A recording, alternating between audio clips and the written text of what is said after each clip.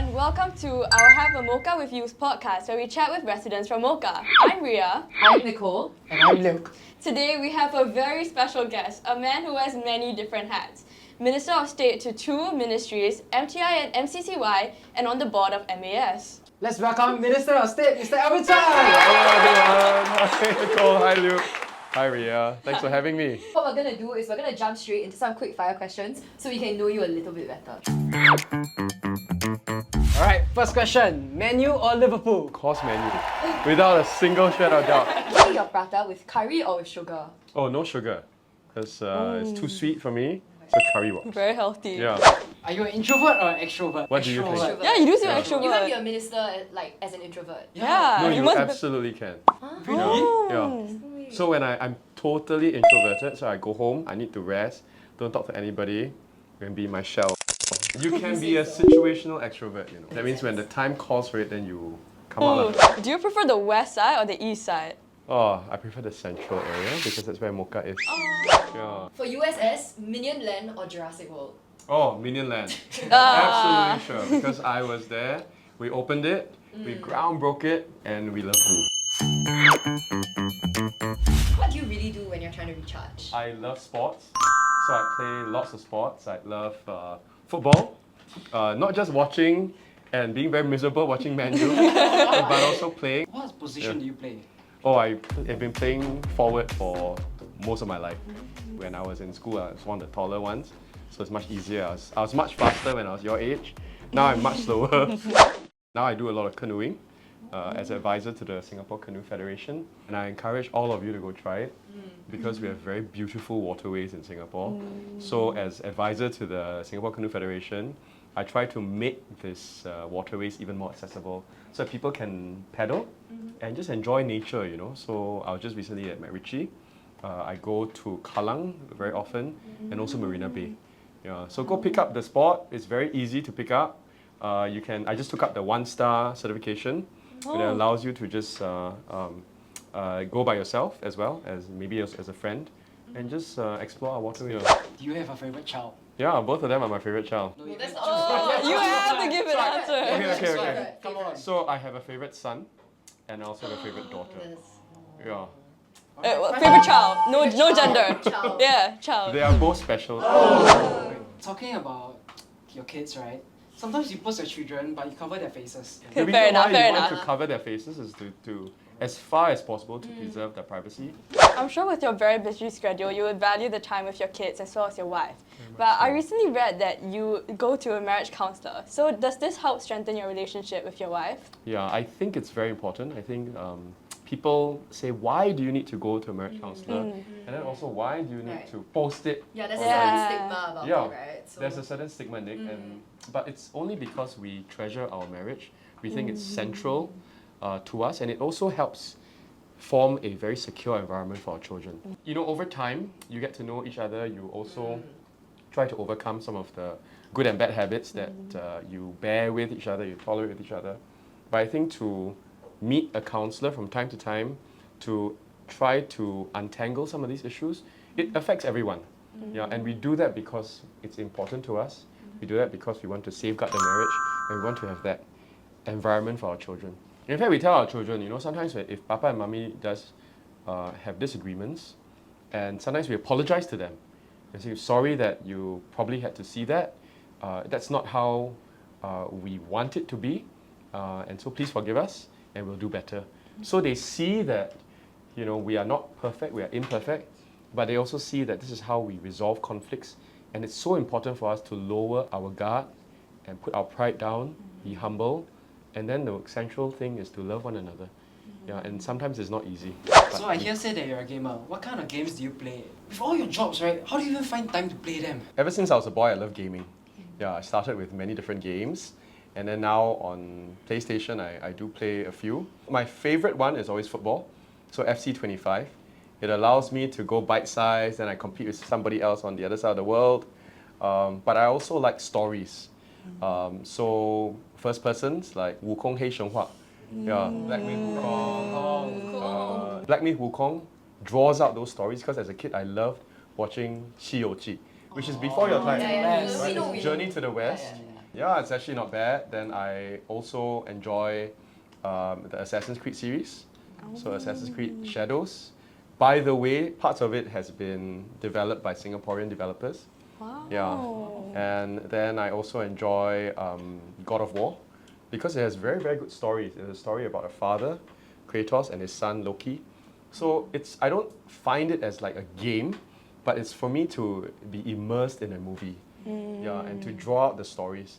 We found an article about you tackling a molester at an MRT station. Yeah. When we were reading it, we were like, wow, okay, is he Alvin Tan or is he Alvin Tan? So did you like shoot down webs to capture the molester or anything? Well, Nick, Reia, I've got to say that one of my favorite games is also Spider-Man. It wasn't quite like Spider-Man. I was with my friend, and he's my colleague, and from America, and he wanted to go buy TV. So I went with him to Somerset MRT, and we were just walking, and then we heard a lady, quite a tall lady, and she said, stop him, you know? And then we turned around and somebody was running, and she said, he's a molester. So without preparing our webs for our costume, we just ran after him. We pinned him down, quite dramatic.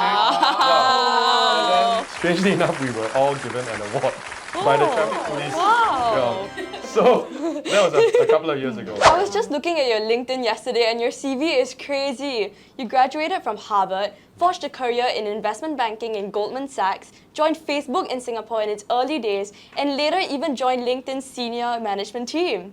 You siao ah? Why do you even leave the pay, bonuses, stock options, and the privacy for the public sector? You okay or not? You okay or not? Like, a normal person would never do this. But remember that 2020 was at the height of COVID. And then Prime Minister Lee Hsien Loong had said, would you consider leaving the private sector and then joining and serving in cabinet as a political office holder? And he says, well, it's to be a front bencher and to be a Minister of State in the Ministry of Trade and Industry. And I said, well, what do you need me for?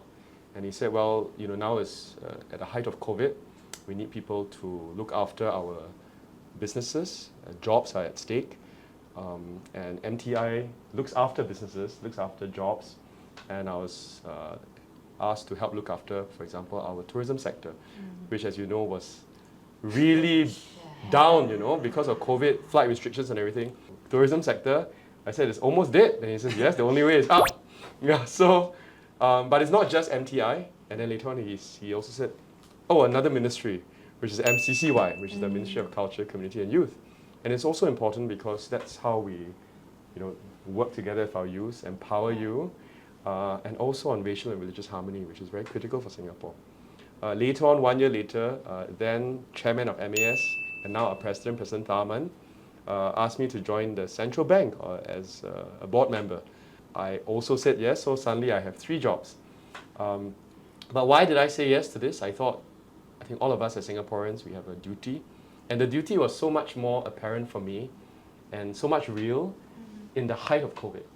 Yeah, and I spoke to my boss in the private sector and I said, well, my Prime Minister has asked me to do this. And she says, please go, please go. You know, your Prime Minister asked you to do it. If I've been asked, I would go too. You can always come back to the private sector.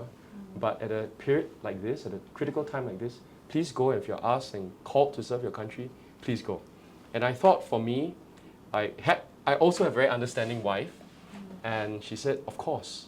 There is a Chinese saying that says, 国家兴亡，匹夫有责. And that means if your country needs you, then that's your duty to respond to the call. My mom always taught me that, and I thought this was a perfect timing, perfect opportunity to just step up, maybe leave what I'm used to in the private sector, but then go into public service. Did then PM Lee like just call you out, or did he like message you on LinkedIn? Mr. Alvin Tan. How do you even contact you? One of the ministers called me, and as you know, like you are also volunteering here.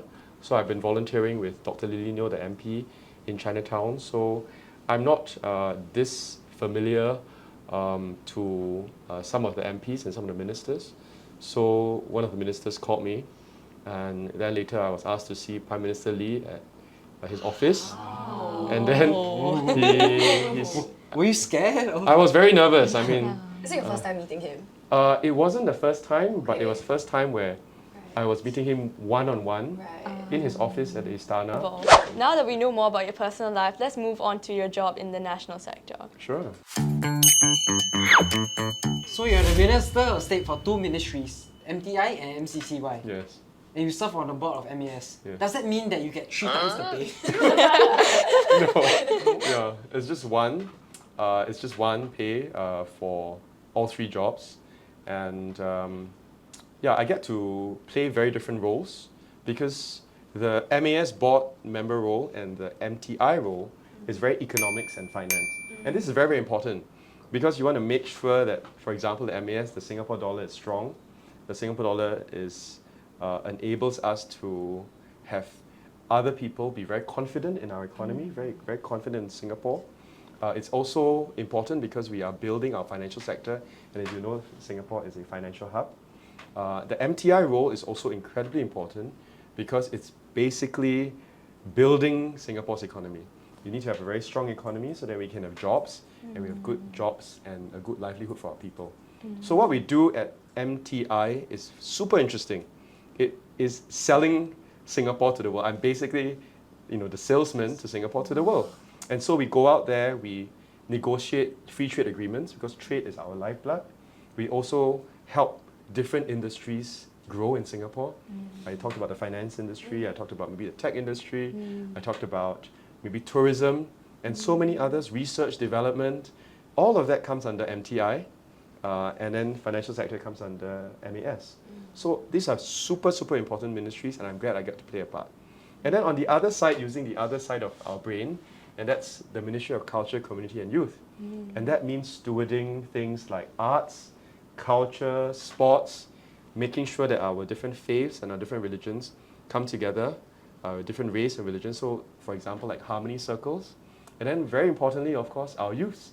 So as I also have another role as Deputy Chairman of our National Youth Council, and that enables me to work with youth like yourselves to steward what you want to for your present and also to plan for the future.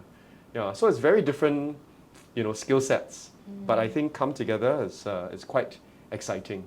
Sounds really exciting, but really tough also. Wow, I really respect it. Really, serious. It's like so tiring. You got so many roles. I don't understand how you can go on your day-to-day. Yeah, but I get to, for example, for youths, I draw some energy from interacting with your youth. Although I said earlier I'm an introvert. Right. Yeah, but by just interacting with the youth and just seeing what we can do together and just absorbing that energy, I thought is quite remarkable.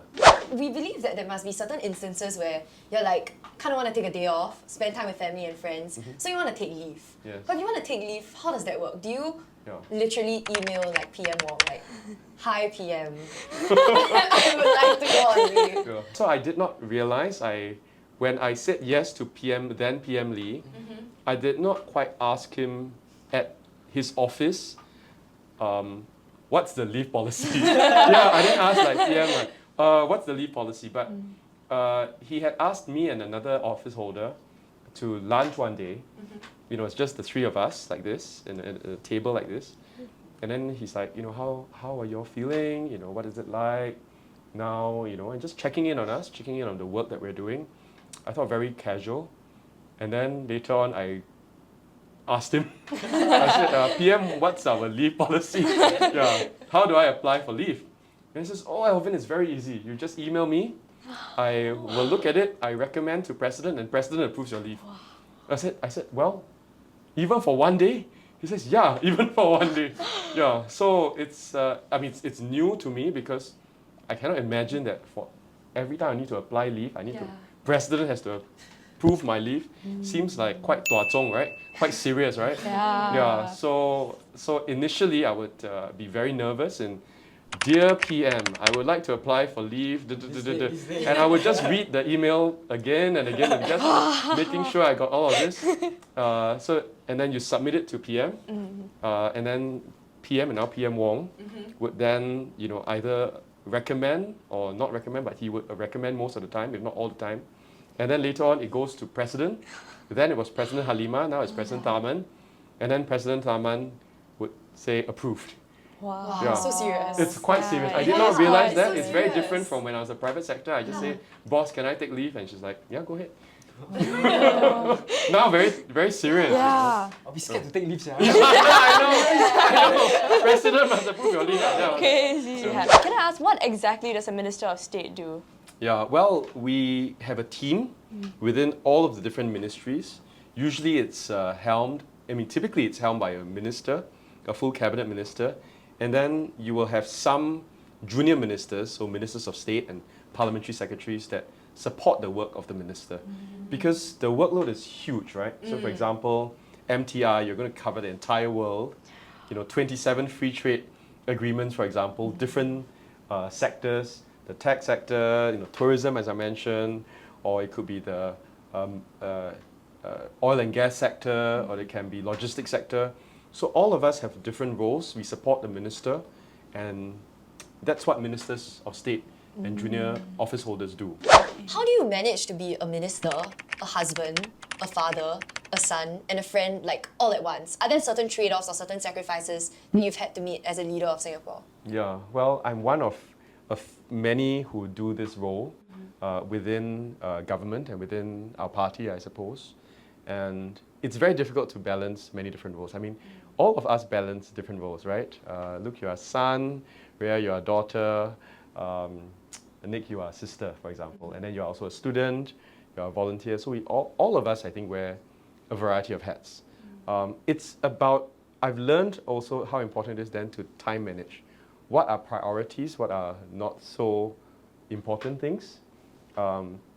Many times I've had to explain to my children, oh, Papa has to do this, I have to do that. And sometimes, just recently, maybe even today, I have to tell my colleagues that, oh, I'm sorry, I've already committed to spending time with my children and my family. So I cannot join you for a particular event. And I have to have that commitment and I have that conviction to say, that's fine. Because I've already prioritized, I've already said this to my children, my family, so I don't want to disappoint them. Yeah, and you have to be okay with it. You have to be okay with it. So priorities are important. And I think, Nick, the other thing is also prioritizing our health and also our mental well-being. So for me, I try my best, set aside time to exercise. Then after that, on Sunday, then I go to church because that's my spiritual well-being. And it's important that we go as a family. So these are things where you protect time. I try to protect time at least once a month or a week with my wife for date nights. I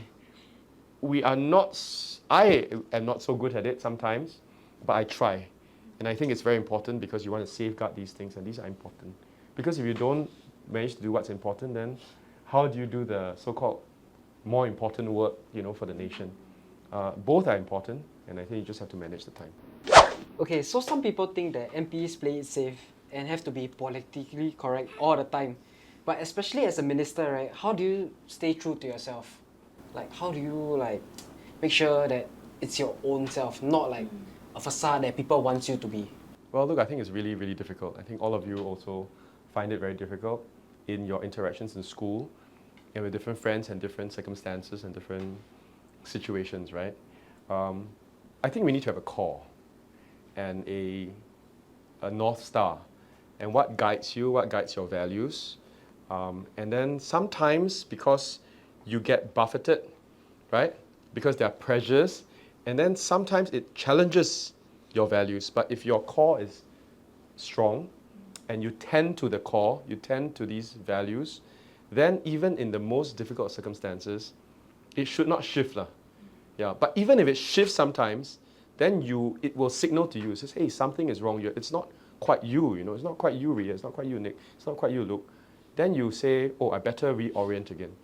And it's okay. Sometimes because of pressures, right? But then we try to strengthen that core and then stay true to our core. For me, it's important that, what I do, and the reason why I do this as an MP and as a Minister of State is I just want to do my best for Singapore. And I said this to PM Wong even. I said, well, PM, if you need me to be part of your team and you think that I can contribute to the part of the team, I will do what I can to support you and the team. in this particular season, in this whatever role you need me to play. So basically be a team player.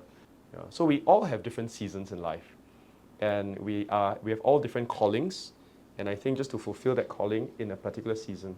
One of my mentors taught me this, and I thought this would be very useful for all of you. He said, don't conflate or confuse your position with who you are. Don't conflate your title with your self. Yeah, so it can be, if you go out and you discuss with different people and you have these big high-level meetings, people call you excellency and whatever it is, right?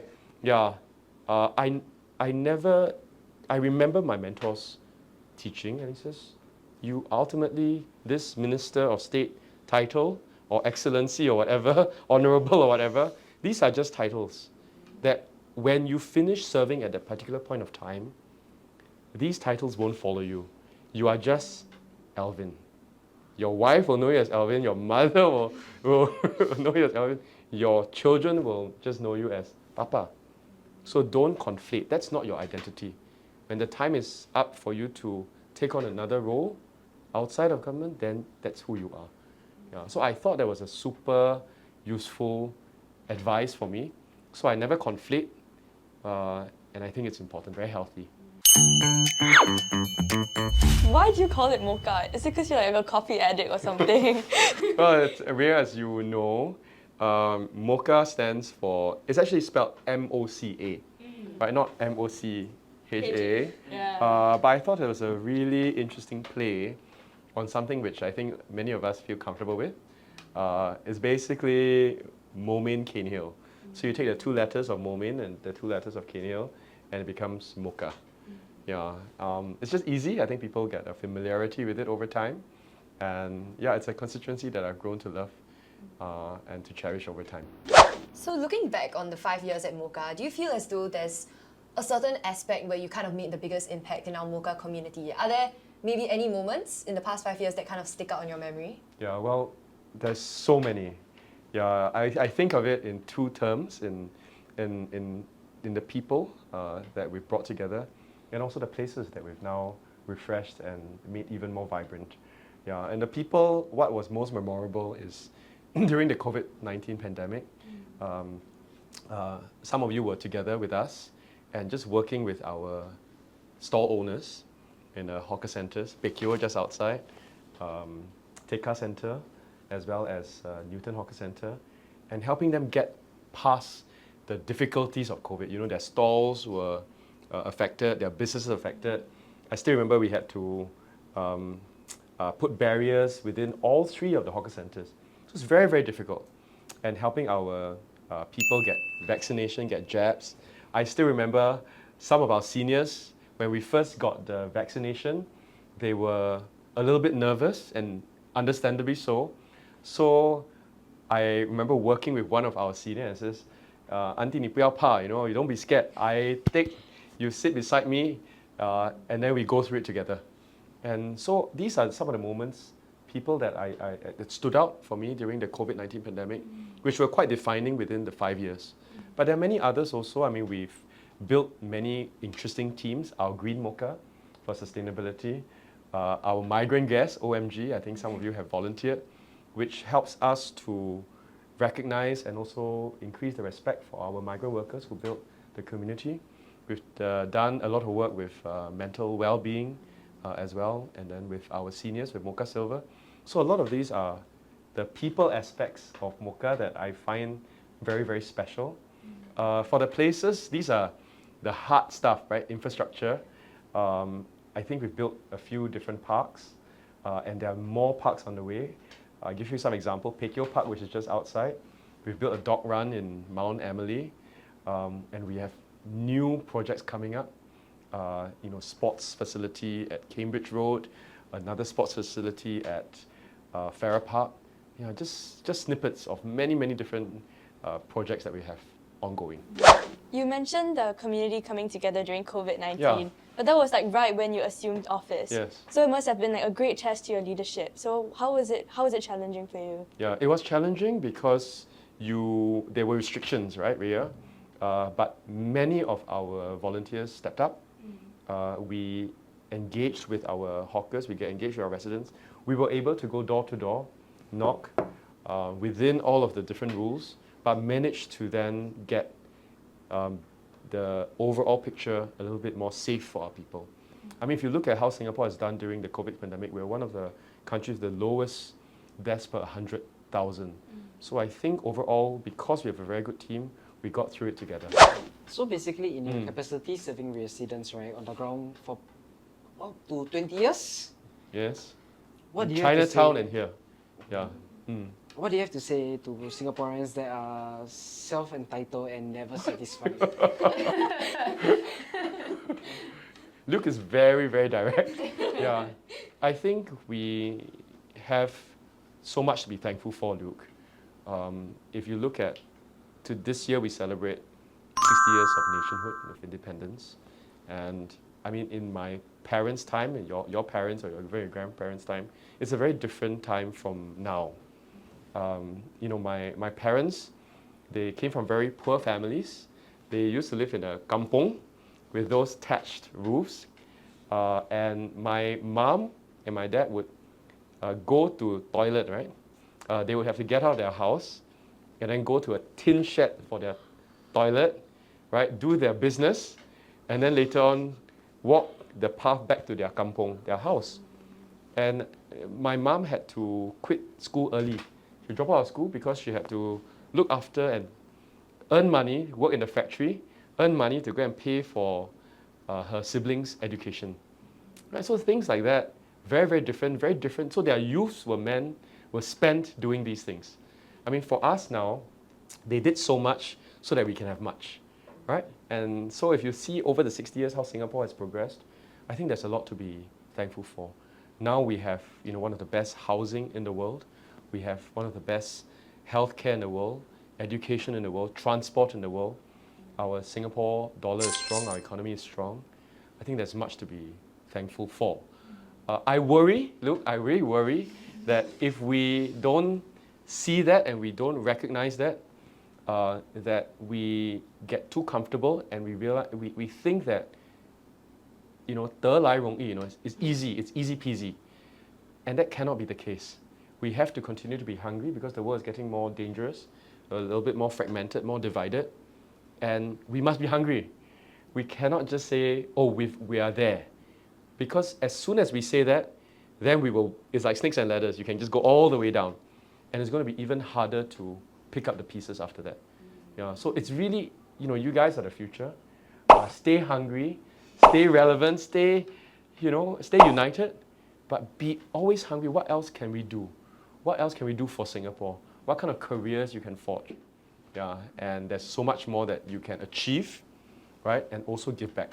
So one day I really hope that you're already doing so, and I think one day you will all be leaders for our country. Without doubt, including Try my best. Okay, so hunger-wise, right? Last Tuesday, we were at Piko Market and we were having a very nice lunch, the Yeah. three of us. Okay, we're eating a lot. Yeah. And then we saw this really mysterious guy in a red cap taking photos. And then Luke was really capable.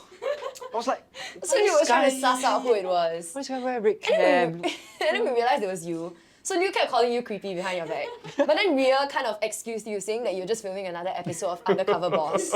So now I'm really curious, since we're here today, what exactly were you doing last Tuesday at Piko Market, and why were you so secretive about it? No, I wasn't secretive. From time to time, I go there because I enjoy it. I just go there. I went there with my son after canoeing to have a meal. I had chicken rice. He had wanton mee. I wanted to queue up for the prawn noodles, but it was so long. But from time to time, I will, you know, I just don't want to comb my hair, so I wear my cap. It could be the red cap. It could be the black cap. I go to Tedja, I go to Newton, I go to Pekyo. And I think it's what you call 职业病, you know, it's occupational hazard, where I would go around and I'll say, oh, this one is a little bit not straight, or why are there bikes here, or the notice board is a bit off, or the lift is very slow, or something along those lines. And I would send it to the team, the town council team, you know, it could be LTA, it could be HDB, to go fix it. Yeah, I think it's just, I just find it as a sense of ownership for me, if I'm entrusted with this place, no detail is too small. And I also want to encourage that amongst our agencies and amongst our volunteers. Because if you take ownership of the place, you want it to be clean. You want it to work. You want it to be good and pleasant for residents, right? And sometimes I just don't want to have a whole group of people. So, in Tedja, a couple of months ago, I just wore a cap, went around, then I just get a good sense of what's happening so that there's a disintermediation of this information. I'm just on the ground and I just know what's happening. Then I can go and try to fix this or come up with ideas. In my chat group, I say, I was just here. Do you think we can try this, or maybe put more signs, or try to fix this road here, or this drain cover is not working? I find that quite fulfilling at times, but I think that's something which, for me, is quite interesting. Because some people, when they return their plates, then they don't clear their plates. Like their chicken rice is still down there, the bones are still down there, the rice is still down there. Then they don't clear their plates, and so the birds come in, right? But I already instructed the team, we're going to put a dustbin beside. But I thought, maybe can we put a sign there that says, please clear your plates before you put your plates into the tray. So these are the little things which I think can help. So that's how I was taking the photo of that one. And then I draw in the photo, I say, maybe one sign here. Then it can help. Small things, but hopefully it can make a difference. I noticed something while walking around this estate. So I You got to noticed take photo or not? I got A bit creepy, yeah? a bit. With your cat. Maybe I'll start taking photos, start uploading them also. But I noticed that there are some sporting murals painted on our HDB blocks. Why is that so? Is it because you like to spot the sport so often, or what? It's like boxing, tennis balls. I mean, it was football also. Yes. Why though? Yeah, because I like sports so much that I just decided to paint the entire 4 blocks full of sports murals. Why though? Well, from about every 5 years, we get opportunity to repaint our HDB blocks. And typically sometimes it's the same style, same color. So I thought, Farrer Park has a wonderful history of being a sports center, a center of sports, history of sports. And as a kid, I played football there. Then I would change from my football boots into my tennis shoes. Then I go and hit balls and competed on those courts. So, and for many Singaporeans, it's the spiritual home for Singapore sports. In our area, Farrer Park. So I thought, in what way can we preserve that memory of Farrer Park being that home of sports, the spiritual home of sports for Singapore, grassroots sports, and then later on leading to national sports. And so we were in this room, we thought about some ideas, and we thought what are some of the sports which called Farrer Park home. It was football because you have our sporting heroes football, Fandi Ahmad and others who started there. Then we have tennis, and my experience with tennis, the old tennis courts were there. Boxing, there's an old boxing gym, so we wanted to preserve that boxing. And then of course swimming. There's an old swimming pool, Ang Peng Siong and others, Yip Pin Shu and others trained there. So I thought, okay, got 4 blocks, then put 4 different spots there. And so it adds character to it. But look, as you see, in the basement, in the lobby area, you also have signs, right? Like a footballer, tennis baller, or boxing glove, or swimming goggles, right? That one we were looking forward. And we were seeing how to make it easier so that our seniors, if they have dementia, they can find their way home. So they say, 我是住 tennis 的 tennis 的，我是住 football 的 football. I live in tennis, I live in football, I live in swimming. Easier for them to find their way home. So there's a historical heritage idea to it. There's also something for our seniors. We wanted to ask you some questions from the perspective of youths, given the fact that you hold office as Minister of State to MCCY. So I think one question that we were kind of thinking of is, when we scroll Instagram and we scroll TikTok, something that we notice is that a lot of youths nowadays, they see what's happening in Europe, they see what's happening in the US, and they like to transplant these Western ideas into Singapore in terms of political or social issues. So it could be a case where we kind of bring in certain ideas, but we don't sufficiently consider, say, the historical, cultural, racial, religious background of Singapore. So our question to you is, how can we kind of encourage youth to be a lot more politically active, but Yeah. at the same time ensure that this kind of civic engagement is one that's nuanced and one that's very fruitful and doesn't tear us apart? Yeah, what an excellent question, Nick. I think it's very, very important to have context. And when you have context, it also means to have an appreciation of history. Yeah, our history is very different from, say, a Western country or a very Eastern country. We are very unique. Some people say we are the amalgamation of and the best of the West and the East. And I think that's very, very unique. We are a country that's forged out of, you alluded to, Nick, racial and religious tensions. And so how do we preserve that? Not many countries are able to preserve this racial and religious harmony. We are one of the most diverse in terms of racial and religious diversity in the world. By bringing that together and making sure that, you know, whether you're Muslim, you're Hindu, you're a Christian, you're a Buddhist, you can love and respect one another. It's incredibly precious. It's even more precious than, I think, what we can achieve in terms of economic outcomes and also health outcomes. So that's very unique. In the world, and I came from, you know, working early days in Facebook and the likes, I think the world has become a bit more diffused. And you will have many different versions of reality, you have many different versions of truth, you have many very different versions of context. And it's important in this particular world to have a good, again, rootedness, right? Yeah, a bit of core, understand where you're from, understand why Singapore is the way it is. You know, how come we cannot have something, like, for example, I'll just give you an example like transport, right? Why are our private transport expensive? We are able to have that because we have very good public transport. And if you go to any part of Southeast Asia, you will see that there are jams everywhere, right? So these are some things which we need to consider. Another one is, for example, housing, right? How do we move generations, like my parents' generation, from kampong to flats, right? And why do we need to do so? We are one of the highest we have one of the highest rates of home ownership in the world.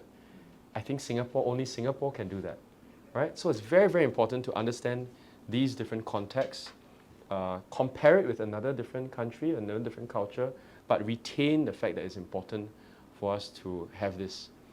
And it's not so easy for us to preserve that. And it's really up to you to preserve it. So now AI is becoming more prevalent, and I'm sure everyone uses it, especially youths. I mean, I'm guilty of using ChatGPT for my school assignments. Yeah, but now it's seeping into the workforce as well. So how do you advise youths to tackle this when they enter the workforce? Yeah. So AI is not new, Reia, as you mentioned. And I've been dabbling with AI since I was a kid because games, right? The earliest use of AI, and even now, is through games. And what is the most so-called biggest AI company? NVIDIA. And for those of us who used to create and build gaming computers, we will always go to Simlim, you'll buy the NVIDIA chip, put it in your computer, and then we'll play, right?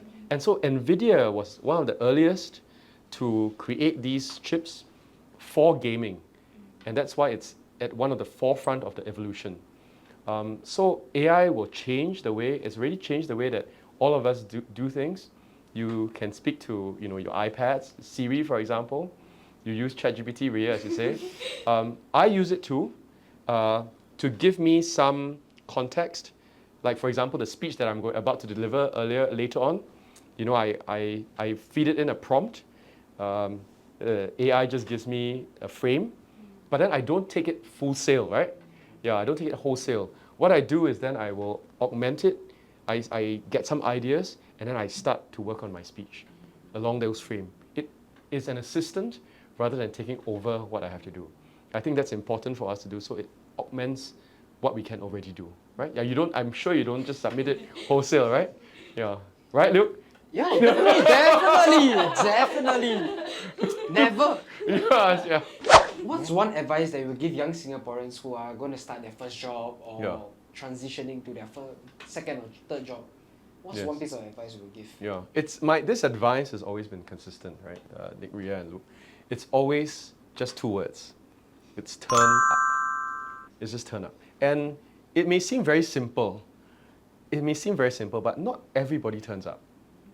Not everybody, when you say, Reia, can you be here at 7:30, right, for a meeting, and then not everybody turns up. Some people will say, oh, I'm just sorry, I can't do this, I can't do that.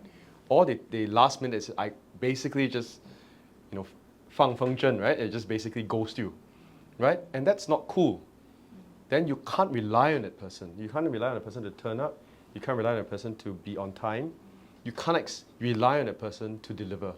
So be reliable. Make sure that you turn up if you've given your word.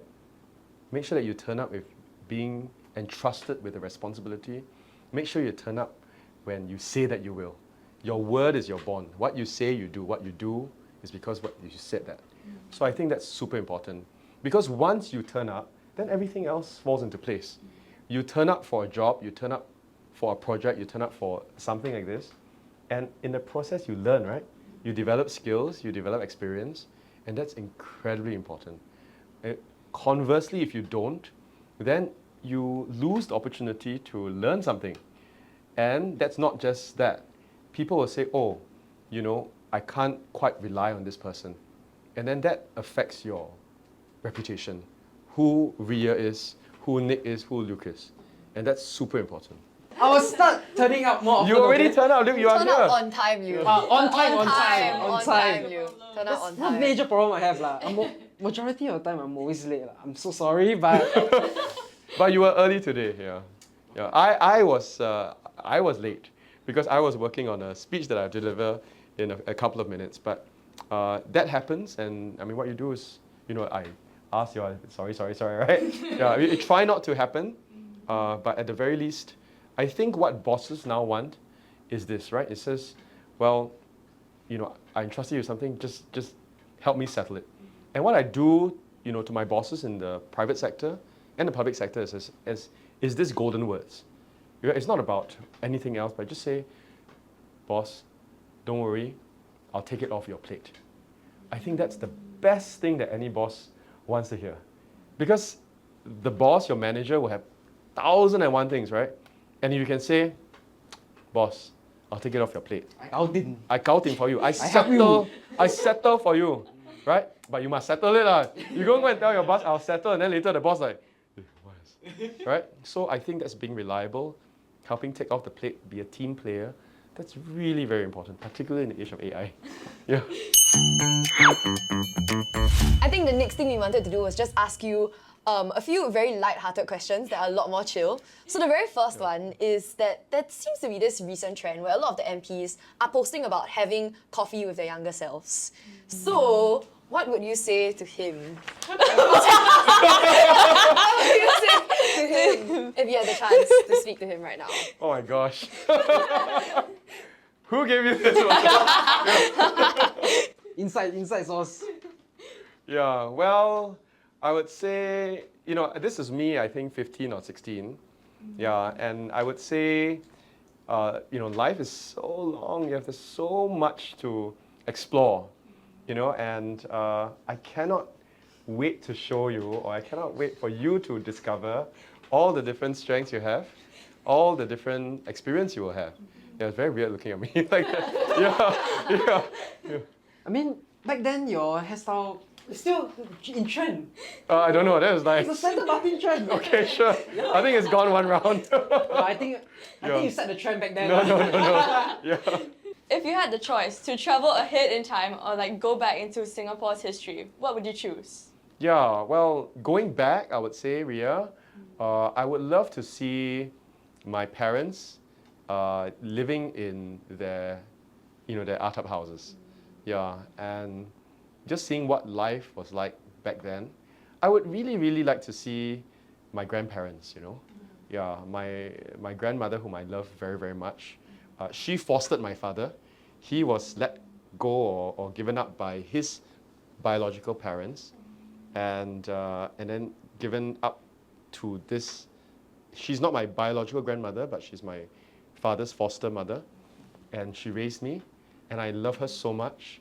She's where I am because of her. She's my inspiration. So I would love to go back to see her when she was, you know, being that person, looking after my father and also many others in the kampong, because she fostered not just my father, but many others also. I would also love to see my maternal grandfather. because he worked in Raffles Hotel, and my mom always told me the story of how he had multiple jobs, but he would, because he cleaned the hotel toilets and he cleaned the hotel rooms. So she always told me the story and I was fascinated by it. She said because they were poor, and at the end of the week, he would, when you leave your hotel, your unused soap in the hotel, then he would just pick up all the fragments, then roll it up into a ball, and then that's their soap for my mom and her siblings. Yeah, so I would love to, go back then and just, speak to my grandfather. Yeah, just an example and just see where they've been and where we are now today. Moving forward, I think if I can have a time machine that goes forward, I would really love to see, where my children and what are the amazing things, hopefully, that my children have done with their lives. Not about their achievements, but more about how they've used their God-given gifts to bless others. Yeah, that's what I have been raising them to be, and I hope that they will continue in that vein, Yeah, and that will make me super, super, super, super proud. Do you have any best friends or friend groups that emerge from cabinet? Like that one particular person or group, after cabinet, go eat supper. Maybe a Newton, Pekyo, or Tedja? Yeah, I think we are closer as a class. So we have this class of 2020 of all of the MPs who ran together. Yeah, and so we are closer because COVID, we trained together. COVID also brought us together. And I think we have quite a fun relationship. We just gathered together after Parliament the other day. Yeah, and got to know one another even more, sang. And karaoke. Yeah. Minister. What's Yeah. your go-to song? Karaoke. Yeah, What's your go-to song? my go-to song. Go on. Yeah, well, I don't quite have a go-to song, but I like some of the Chinese songs. Yeah, so, but I think we have a close-knit group. We'll text each other, and sometimes if we don't know the answer, we paise it to ask them, hey, what's this? Yeah, so don't act blur, yeah, right? Yeah, so it's like, hey, you know what to do not? Then, I ask for you, that kind of thing. So it's a good support group. It's quite, relaxed, and sometimes we also makan together, and we'll say, we'll bring maybe our spouses together, yeah, because that's a support as well, for one another. So what's the most Singaporean thing about you? Well, I've spent a big bulk of my career in my life studying overseas, working overseas, and everywhere I go in the world, I need my food. Yeah, and I'm Hainanese, so I love Hainanese chicken rice. So either in Hong Kong, when I lived, or Sydney, or New York, or Boston, I cannot survive on burgers or fries. Yeah, I need my rice. my Hainanese chicken rice or my local food. Absolutely. Yeah, and it's very expensive in New York. Yeah, so I wouldn't, but that's something that you crave, right? If you could wear anything to Parliament and you were getting no one will scold you, no one will say you or scold you, even the public won't even say you, what will you pull up in? Yeah. Well, I learned, and our whip, Janil Putucherry, would say don't wear anything with slogans and have Parliament. You need to be, of certain decorum lah. Yeah, I came before I entered politics. I was in the tech sector, and I was always very enjoyed just wearing a t-shirt, jeans, and my sneakers.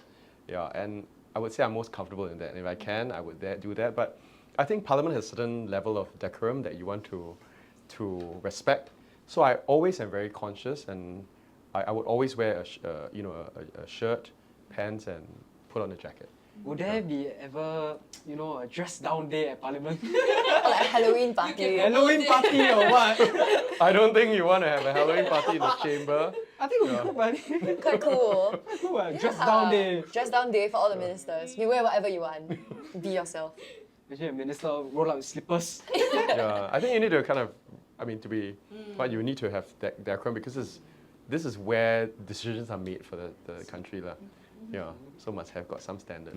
Okay, then maybe our very last question for today is a very simple one, but also probably will prompt deeper reflection. So, what legacy would you wish to leave behind? Yeah, I thought about this, Nicole. I didn't know why because I just had just a short breather during this March school holidays. So as I was reflecting at the end of this term of government, I think I'm very thankful that I said yes to PM Lee then, and I believe maybe I've left some imprint. If not in the HDB blocks where I painted this thing, yeah. But, you know, in whatever ministry that I've been in, and I say ministry in a broad swath, right, Reia? Like, both in MoCa, where we've left an imprint, in MTI, in the tourism sector, in trade, in the startup sector, in MAS, in the financial sector, and then MCCY, in arts, culture, sports, youth, race and religion. And I think just living at small imprint is sufficient. Then it's just to build that for you all to take over lah. Yeah, I think that's it. That has to be it, right? It's like every generation leaves that imprint to build that Singapore that we want to. Wow, macam very inspirational. But I do really feel that, right? It's my generation's season now. We are called to do it. We built that over and above what previous generations have already done. And then we hand over a Singapore in good working order to your generation. And you build upon that for the next generation and the next generation. That's my biggest wish, and the legacy that I wish I could have a small imprint on. Very inspirational. Yeah, not bad. I haven't even drank the coffee. Not bad, not bad. Not bad. Thank you. So thank you so much for joining us today. Thank you for you, all your Reia. valuable insights. And I think you. this has really impacted all of us. And we really appreciate the time that you have given us today. Thank you, Reia. Thanks, Luke. And thanks, Nick. You guys did super well. That's all for our Have a Mocha with Our Youth podcast today. Thank you all for tuning in. Thank you. Bye-bye. Bye.